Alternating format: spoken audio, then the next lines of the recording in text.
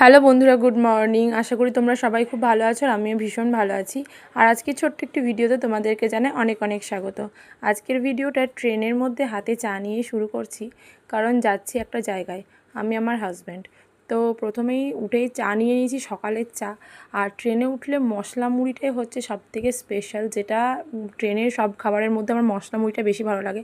আর এদিকে যেহেতু breakfast time, তাই আমার হাজব্যান্ডের আমি বললাম যে একটুখানি প্যাটিস নাও, তো প্যাটিসটা তো সেরকম খেতে ছিল না, সেটা ফেলে দিতে হয়েছে। কারণ ট্রেনের প্যাটিসের যে আলুটা না, আমার মনে হয় যেন ওটা জানি না বাসি আলু দেয় না কি দেয়, একদম জঘন্য খেতে হয়। তাও ওই আর কি। তো আমরা কোথায় যাচ্ছি সে তোমাদের একটু পরে বলছি। আর এরকমভাবে বেরানো না, মানে এই এই যে আমাদের এই ট্রেনের জার্নিটা আমাদের দুজনের মানে কয়েক মাস ধরেই চলছে। তো এটা আমাদের দুজনের একটু কোয়ালিটি টাইমও স্পেন্ড হয়ে যায় নিজেদের মধ্যে। যাই হোক, তো পুরো দিনের ঘোরাফেরা আছে, আজকে কোথাও ঘুরতে যাচ্ছি না, কাজেই যাচ্ছি। তো আমাদের যাওয়ার আছে কল্যাণীতে। কল্যাণী বলেছি মানে বুঝতেই পেরে গেছো আমি কোথায় যাচ্ছি। তো কল্যাণী যাওয়ার জন্য আমরা যে ট্রেনটা ধরেছিলাম ধনধান্যে, যেটা বহরমপুর থেকে, তো আমাদের নামতে হতো রানাঘাটে, কিন্তু আমরা রানাঘাটে না নেমে ভুল করে নৈহাটিতে নেমে গেছি পরের স্টেশনে। কল্যাণী ছাড়িয়ে গিয়ে আমাদেরকে আবার ব্যাক করে কল্যাণী আসতে হয়েছে। তো এই ট্রেনটা তো কল্যাণীতে থামে না।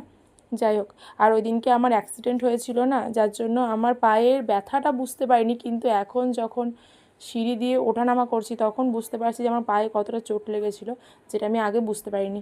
তো আমরা চলে এসেছি কল্যাণী এইমসে। আজকে আমার লাস্ট চেক আপ ছিল, মানে ডাক্তারের সাথে কথা বলে যেটা বুঝলাম আমি। আর যেটা সবথেকে ব্লান্ডার করেছি সেটা হচ্ছে, আমার অ্যাপয়েন্টমেন্ট ছিল এপ্রিলের 30 তারিখে, আর আমি এসেছি মের 31 তারিখে। তো ওনারা তো যে মানে যে ডেট দেবেন সেই ডেটে দেখেন, না হলে আবার অ্যাপয়েন্টমেন্ট নিয়ে আসতে হয়।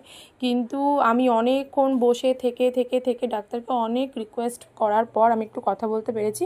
তো ওনারা বলেছেন যে আমার মানে আমি সম্পূর্ণ আর কি ঠিকঠাক হয়ে গেছে, এক্সারসাইজটা কন্টিনিউ করতে হবে। কিন্তু যাই হোক, ডেটে না মানে যেদিন অ্যাপয়েন্টমেন্ট ছিল সেদিন না আসা সত্ত্বেও ওয়েট করার পরে যে ডক্টর দেখে দিয়েছেন, এটাই অনেকটা বড় ব্যাপার।